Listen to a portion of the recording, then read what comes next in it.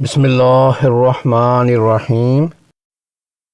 وقف مجوز کی علامت زا ہے، یہاں رکنا نہیں چاہیے، البتہ اگر سانس ٹوٹ جائے تو رخصت بھی ہے۔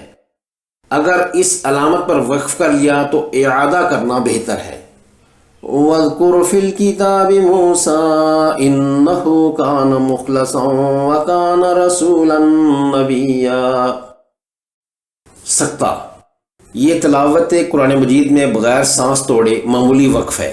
آواز کو بغیر سانس توڑے کچھ دیر کے لیے کاٹ دینا اور اگلی تلاوت دوبارہ شروع کر دینا، یہ قرآن مجید میں صرف 4 مقامات پر ہے۔ مثلا کلا بل ران علی قلوبہم ما کانوا یکسبون۔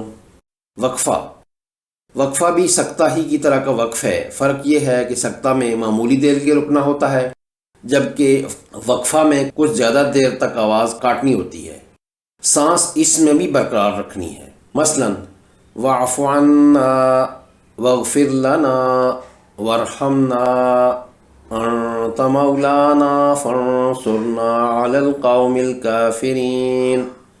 قف وقف کی علامت ہے ٹھہر جاؤ، اس علامت پر تلاوت میں وقف کرنا چاہیے۔ اصطفى البنات علی البنین ما لکم کیف تحکمون۔ وقف النبی صلی اللہ علیہ وآلہ وسلم، یہ وقف نبی صلی اللہ علیہ وآلہ وسلم کی طرف منسوب ہے، اس لیے علماء نے اس جگہ وقف کو مستحب لکھا ہے۔ هو الذی اخرج الذین کفروا من اہل الکتاب من دیارہم لأول الحشر، یہاں پر وقف ہے۔